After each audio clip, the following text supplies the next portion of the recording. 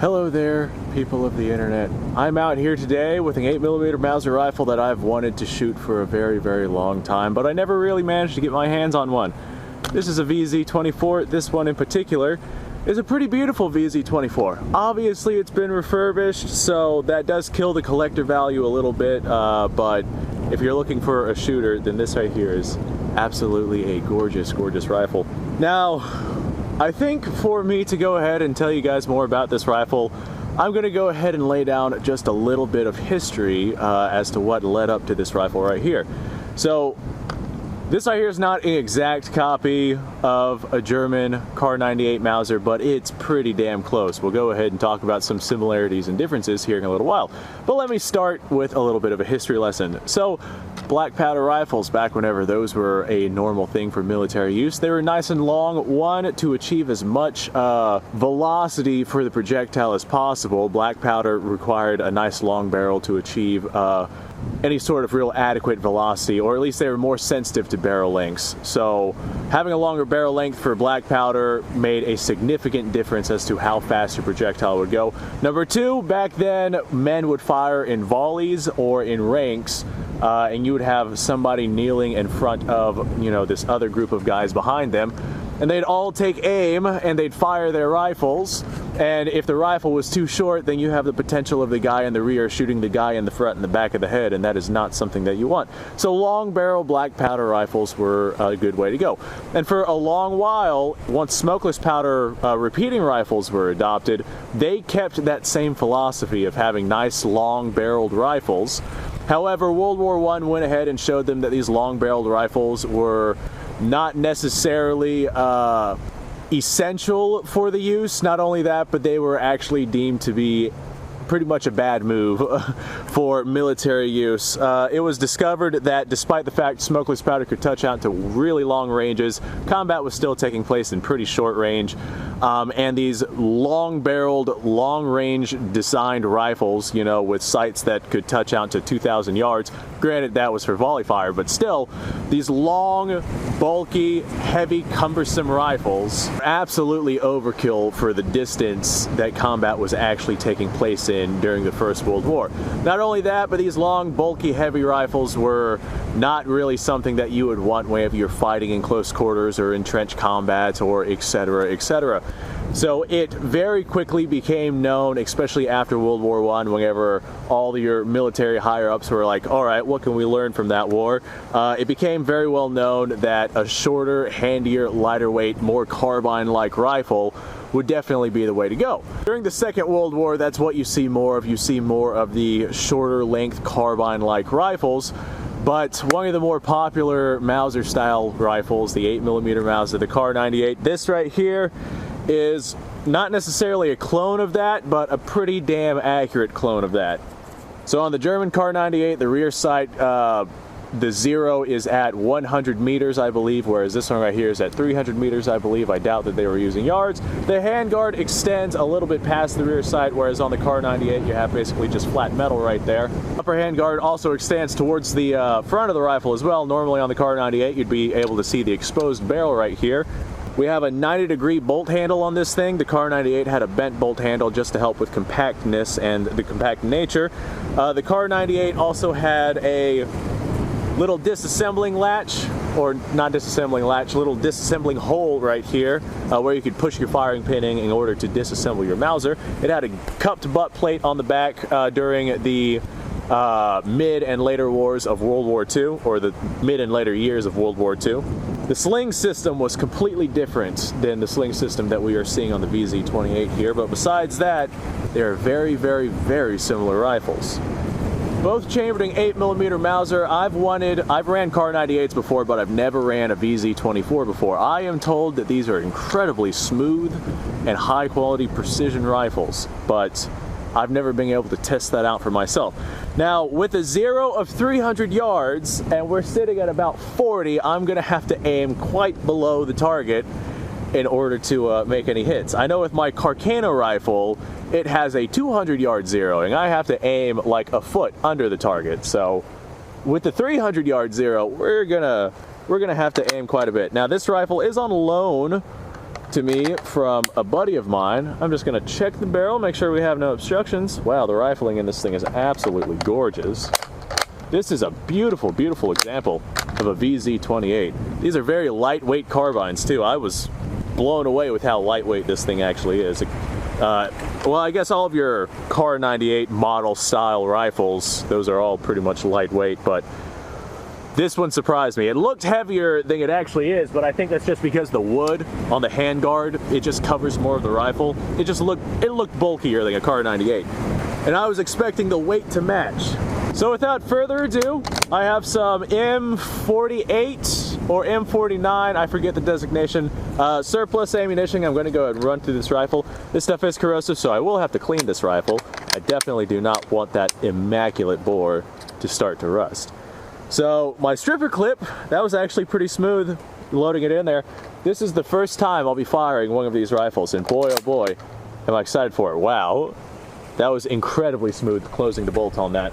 Alright, I'm going to aim for like a foot under the target, and we're going to see if we hit even remotely close to where we want to hit.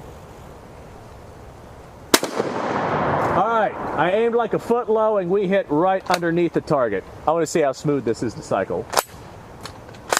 Oh my. Oh my. Alright, now I'm going to just aim at the bottom of the target and we'll see if we hit it. Well, I aimed at the bottom of the target, and I think we hit it, but I saw some dirt, debris, and crap fly up. Let me send that again. Alright, okay, I think I figured out the zero. We seem to still be hitting a little bit low, despite the fact that this is a 300-yard zero. Let me try just aiming dead center at the target. Maybe the front sight on this particular rifle has been altered to where it's zeroed at 100 yards. Alright, yeah, she's right on target, boys. Had a little bit of a hang fire on that one. Every time I have hang fires, it reminds me just how much I'm pulling the rifle. Wow, that was an incredibly smooth Mauser stripper clip push. Alright, let's send some more rounds. This time I'll make sure I'm not pulling the rifle one way or the other. Oh my goodness.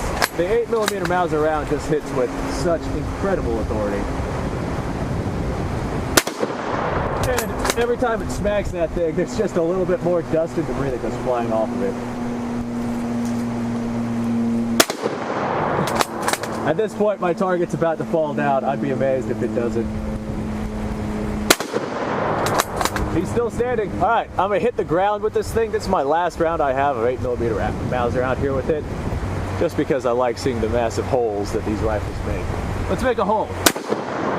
Wow, that is a serious hole. Look at that. I cannot get over how nice of a rifle this is to shoot. See, I am in particular an 8mm Mauser fan. I've had bad luck with them in the past, but the ones that work really, really well.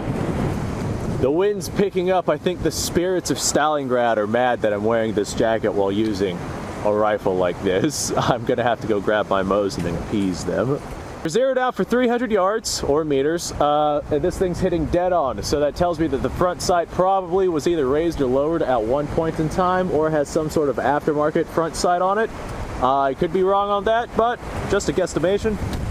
And the machine work on this rifle, it is so comfortable and precise. I can't get over just how nice this rifle is. I can actually feel the vacuum created in the locking lug area of the bolt whenever I open the rifle up. This is a very, very nice machined rifle. I need to get me one of these. As a fan of 8mm Mausers, I have the Kar 98 now, but my goodness, I have got to get me one of these. Alright, well, the wind's picking up and it's certainly not agreeing with me. It's like 45 degrees outside right now and it's quite cold, so I'm gonna go ahead and well, call this video. I mean, I basically covered everything about this. The Czech Republic, they ended up They ended up getting a lot of Kar 98s from Germany, but they tooled up to produce their own version of the Kar 98, and that is exactly what this right here is. At the end of their production in 1952, they were replaced by that semi-automatic VZ24 chambered in 7.62x45. That didn't really take off the way that they were thinking it would, but that's the rifle that replaced this rifle. Definitely a better rifle because it's semi-automatic and had a external magazine. The cartridge was all right. It was an intermediate cartridge, but the story of intermediate rounds is a story for another day. But all things considered, I'm absolutely blown away with this rifle. I love it. I really do. I'm gonna have to come out and shoot it some more before I end up sending it back. I own 2 Kar 98s, and they're not near as smooth as this VZ24. All right, well, ladies and gentlemen, thanks for watching. Subscribe to the channel for more if you like this stuff. Like the video if you like the video, and description down below is going to have a link to all sorts of different goodies. I am going to gather up my brass, and I don't know if this stuff is reloadable or not, but, well, I don't know if it's Boxer primed or not. I know it's reloadable, but I will find that out at a later point in time. So, I'm going to go warm up by a fire. You guys go off, have a fantastic day, and thanks for watching.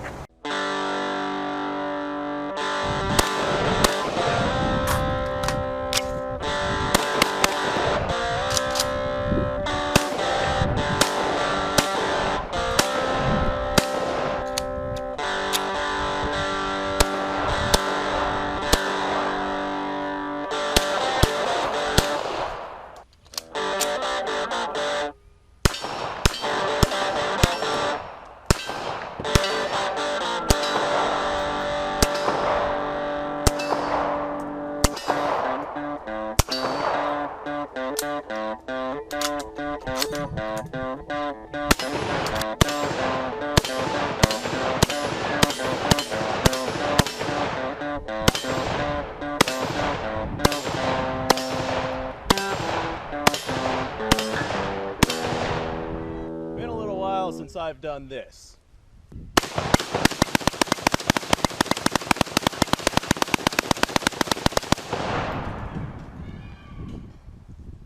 Bonnie and Clyde be damned.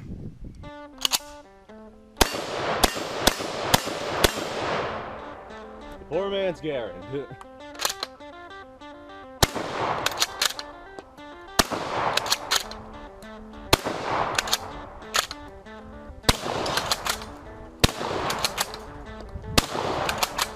It's a shame that bolt-action shotguns aren't more mainstream.